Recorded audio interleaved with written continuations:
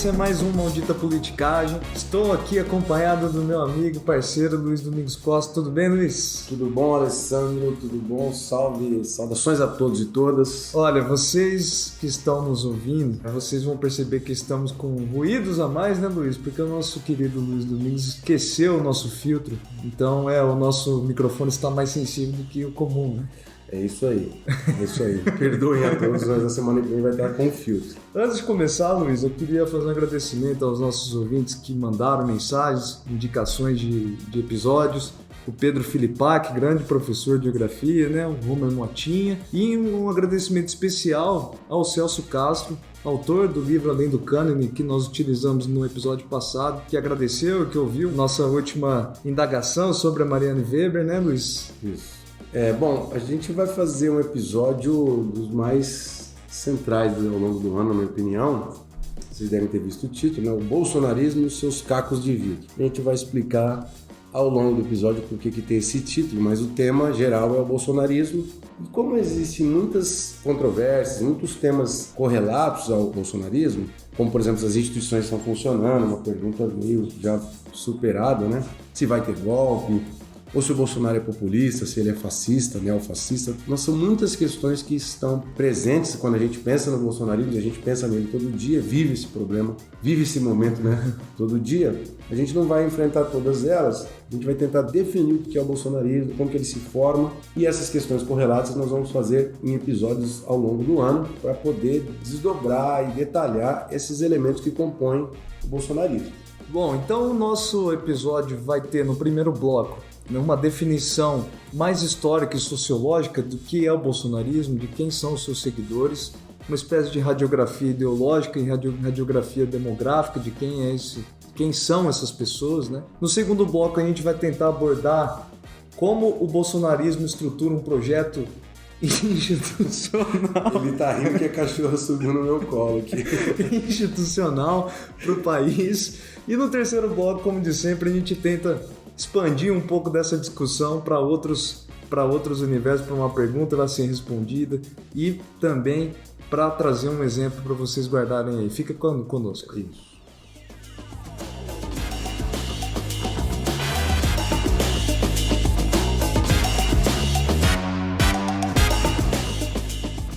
Então, para a gente começar, eu queria sugerir a imagem do último sábado. A gente está gravando na segunda-feira, depois da Marcha para Jesus, que aconteceu no sábado, dia 21 de maio, em Curitiba, inclusive com a presença do próprio, né, do Bolsonaro. Ele esteve aqui, que é um evento muito tradicional, né? Antes da pandemia, inclusive acho que ele era maior aqui em Curitiba, em outras capitais também, mas aqui ele é especialmente grande.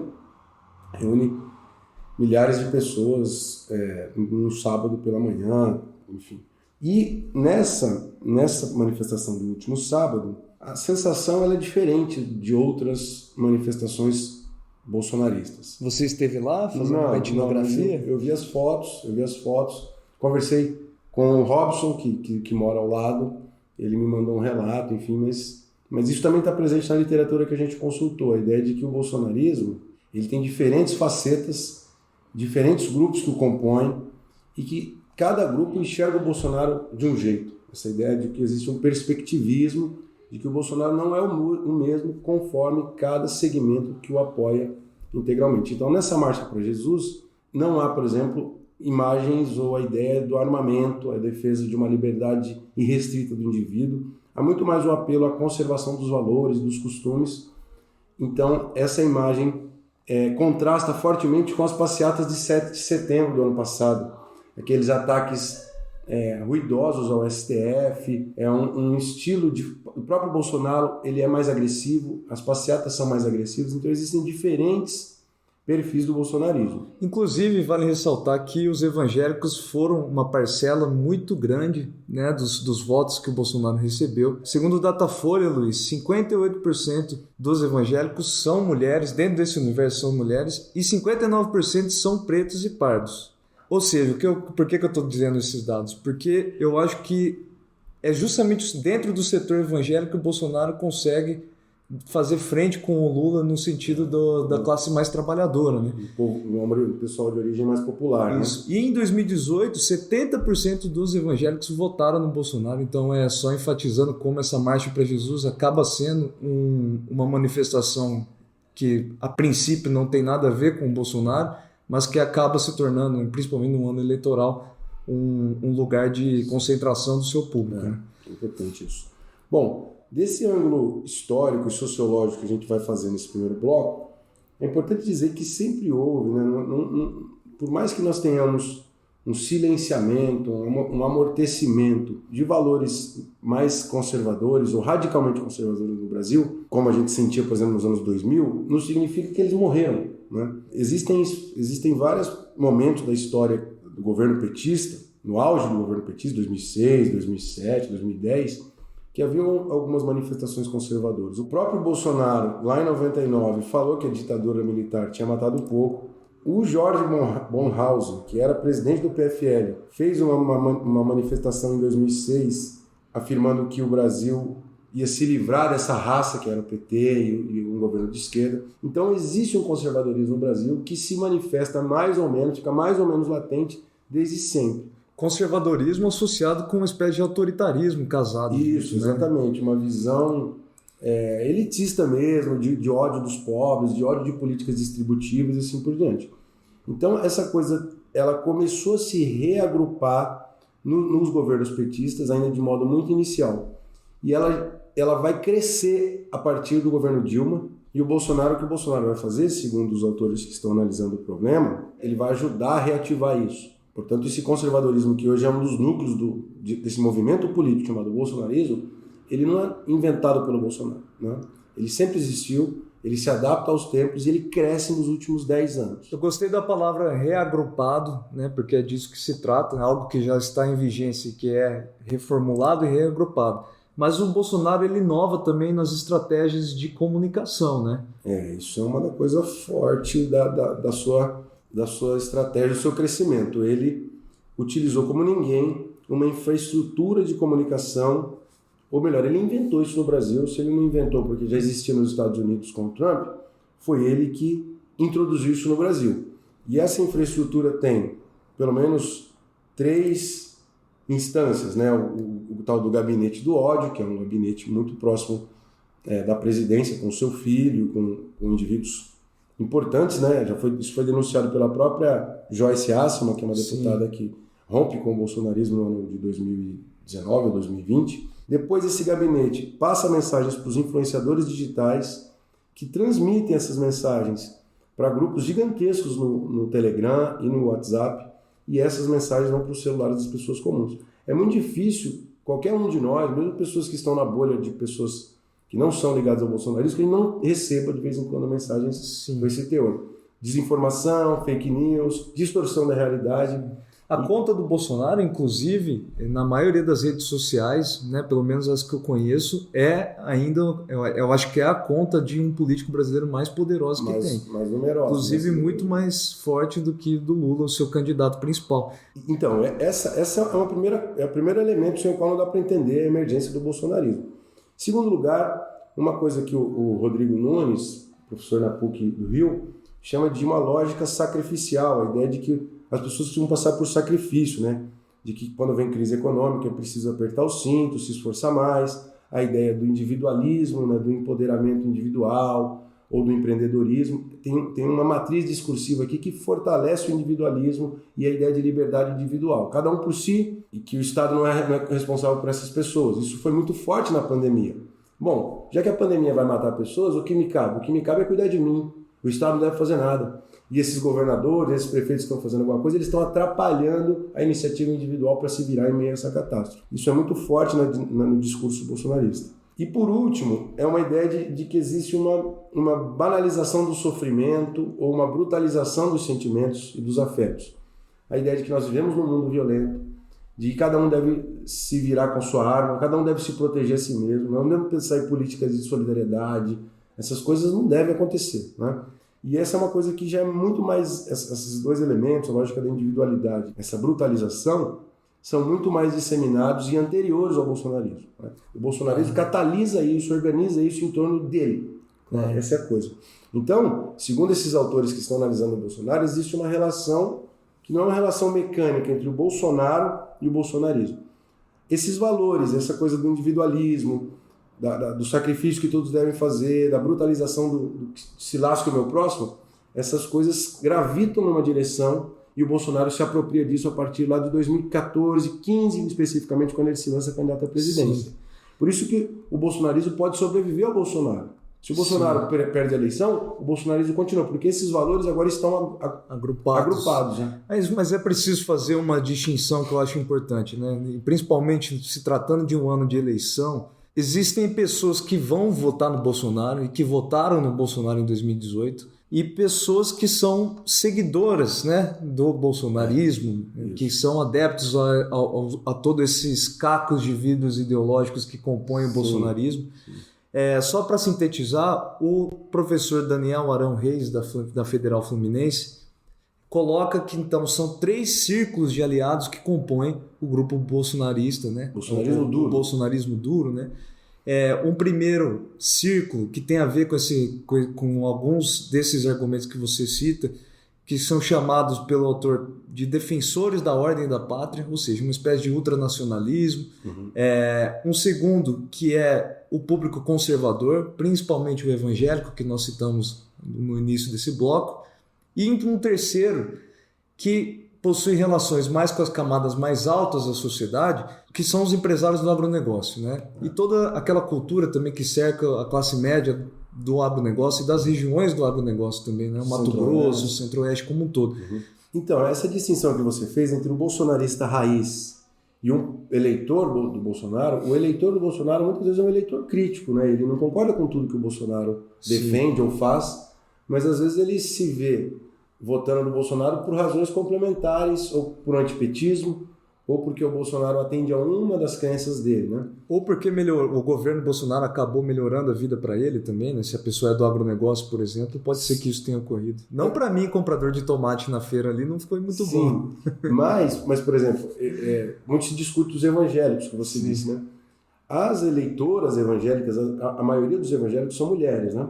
Como você mencionou. Essas mulheres muitas vezes não gostam da defesa que o Bolsonaro faz da arma, ou do armamento da população, mas elas defendem um aspecto dele que é a conservação dos valores tradicionais e a crítica às políticas identitárias, né? Então, é uma eleitora crítica, ela não é bolsonarista raiz, mas ela, dependendo da dinâmica da eleição, ela vai orbitar na direção do Bolsonaro e vai votar nele. Para a gente encerrar esse bloco, Luiz, sobre os evangélicos, que eu acho que vai ser um público central, decisivo na nossa eleição, né, desse ano, porque, eu repito, 70% dos evangélicos votaram para Bolsonaro. Em pesquisa recente da Genial Quest, de 11 de maio, mostra que apenas 33% desse universo atualmente apoiam o Bolsonaro. Então, uma redução drástica desse número, enquanto que Lula tem 31% das intenções de voto e outros 27% não querem nem o Lula nem o Bolsonaro. A gente vê uma grande queda e talvez seja justamente aqui o fator, aqui num chute meu, né, o fator decisivo para a eleição desse ano.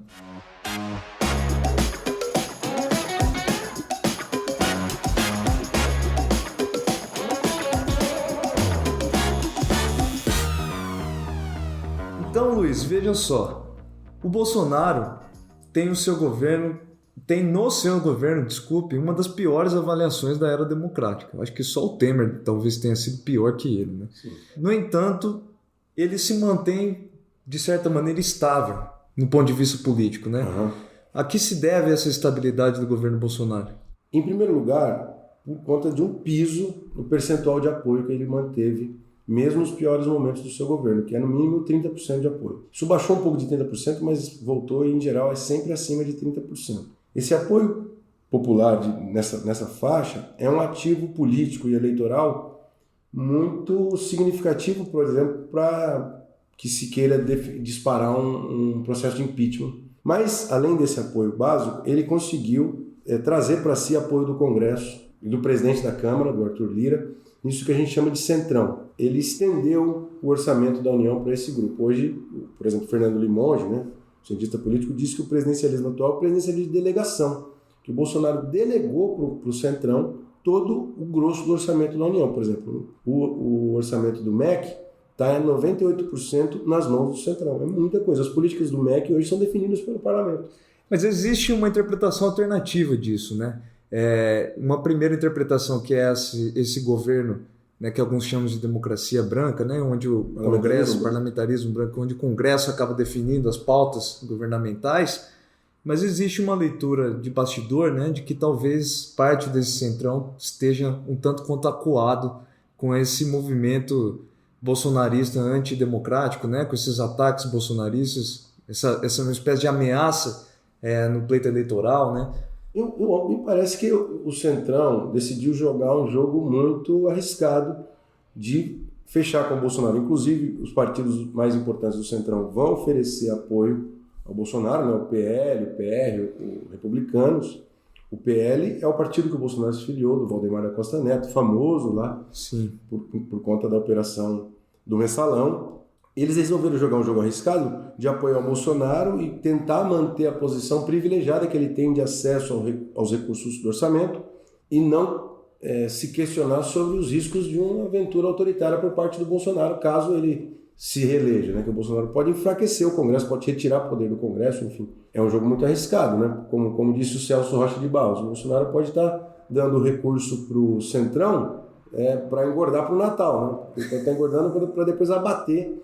E esse é um risco real que a gente sofre, que acho que não existe mais dúvida de que o Bolsonaro tem intenções autoritárias, né? Só não quer quem não acredita quem não quer.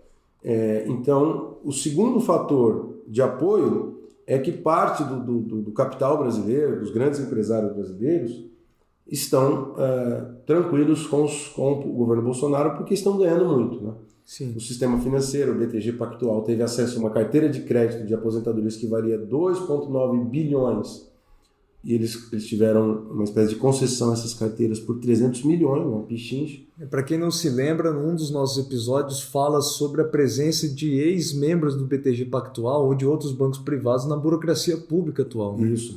Outra herança institucional do bolsonarismo. E por último, os militares. Né? Os militares ganharam um poder gigantesco no governo Bolsonaro e eles têm dado sinais de que vão apoiar o capitão, o ex-capitão, inclusive eventuais riscos para a democracia.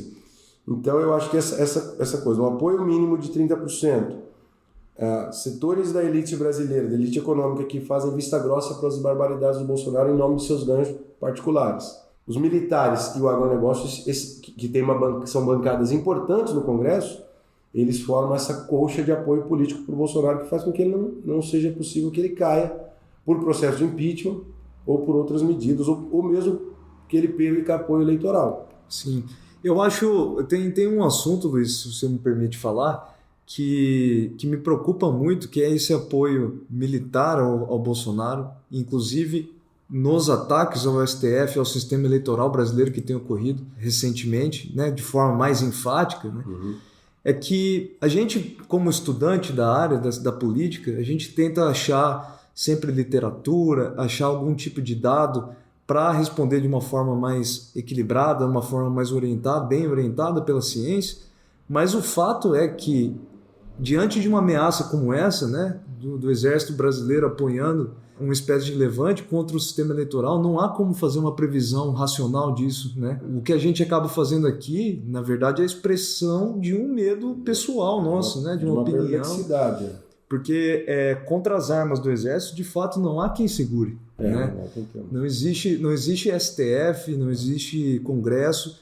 Então, a única força que pode segurar o Brasil, se de fato isso ocorre, é a força da sua população. Né? Não existe outra coisa. E o Congresso poderia se opor a uma aventura, né? Porque aí se o Congresso tira o apoio do Bolsonaro, ele dificilmente... Não, mas eu digo, em caso do Exército declarar de fato um apoio total a um levante antidemocrático, não tem como, né? Eles podem fechar o Congresso. Não, de fato o cenário é muito preocupante. Além do mais, porque a gente compara muito o Brasil com o caso norte-americano, só que lá a cúpula das Forças Armadas não apoiou a tentativa de rejeitar o resultado da eleição do Trump.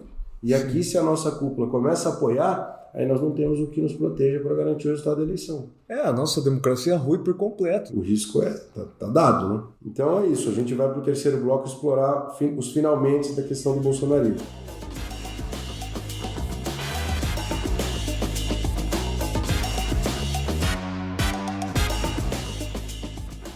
Luiz, então, como você começou o nosso episódio com a Marcha de Jesus, eu vou perguntar sobre ela.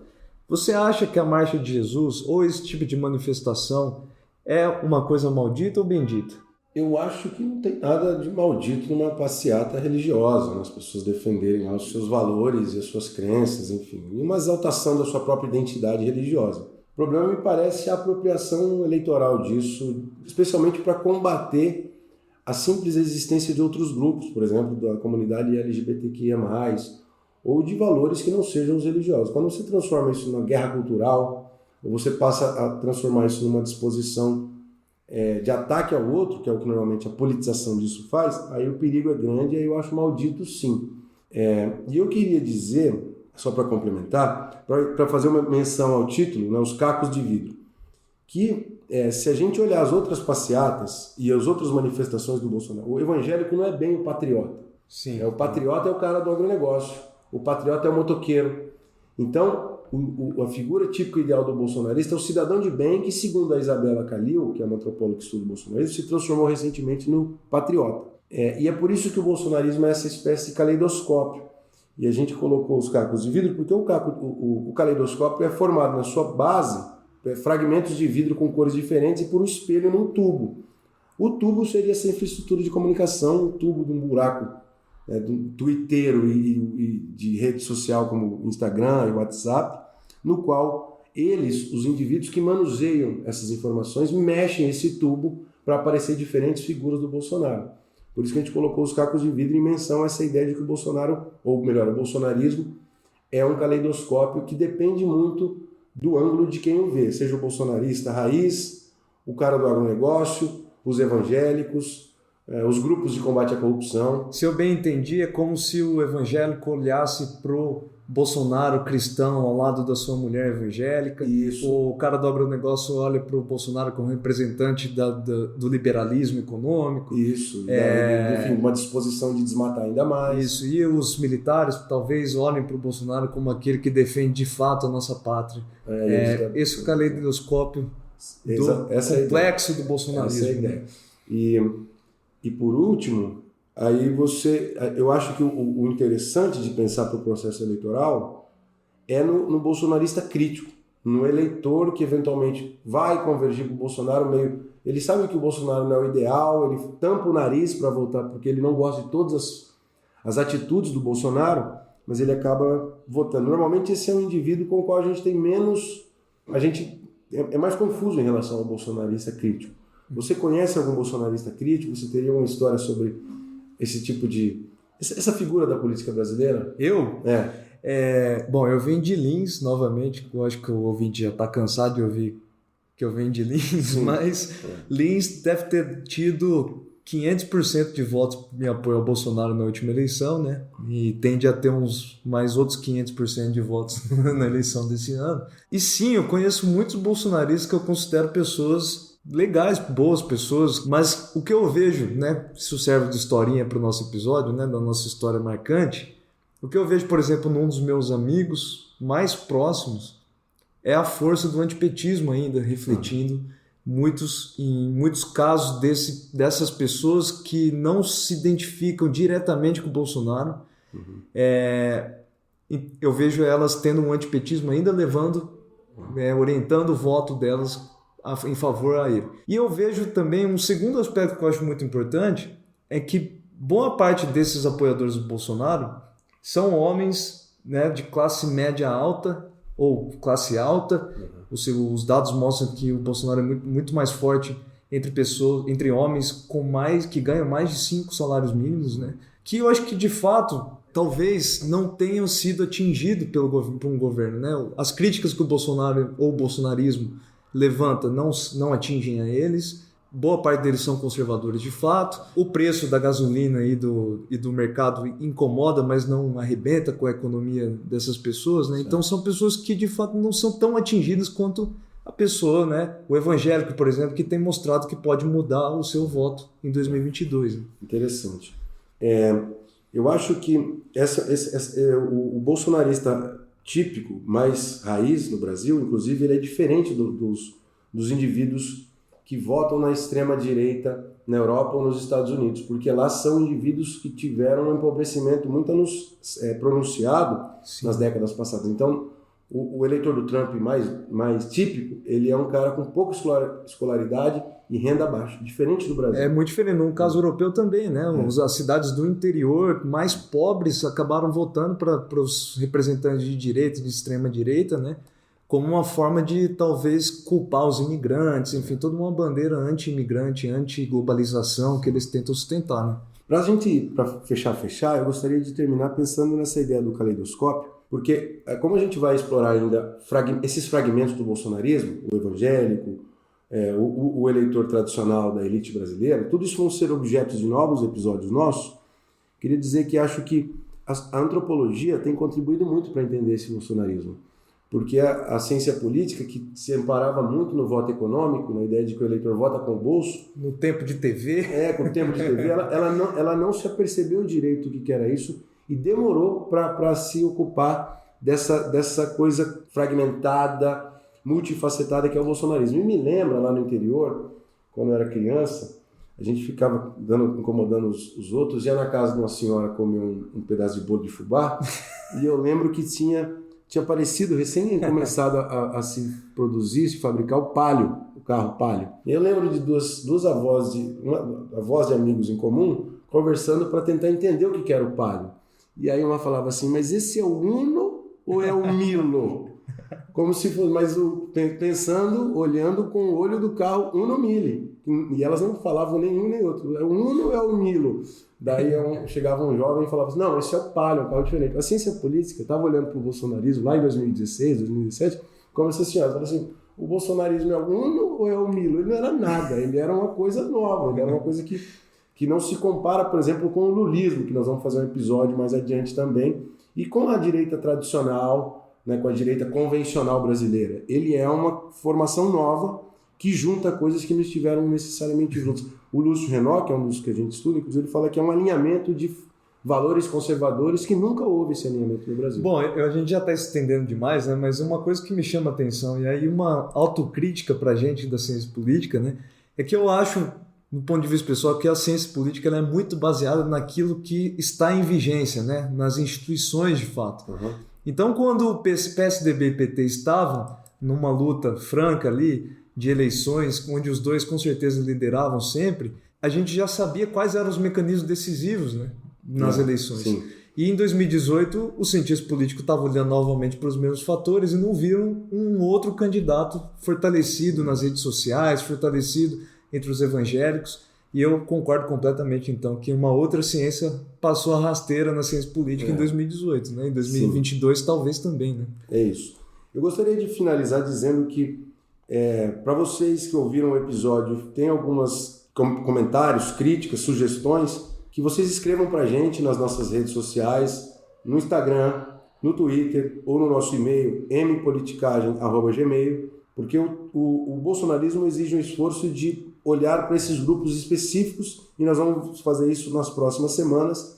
E certamente nós não vamos terminar o tema do bolsonarismo em um único episódio, porque ele é complexo demais. E a partir dos comentários de vocês, a gente pretende ir desenhando essa lista e esse conteúdo dos próximos episódios. Seria isso, Ale? Abraço, pessoal. Um abração. O Maldita Politicagem tem produção e roteiro de Luiz Domingos Costa e Alessandro Tokumoto, design e edição de áudio de Fábio Tokumoto.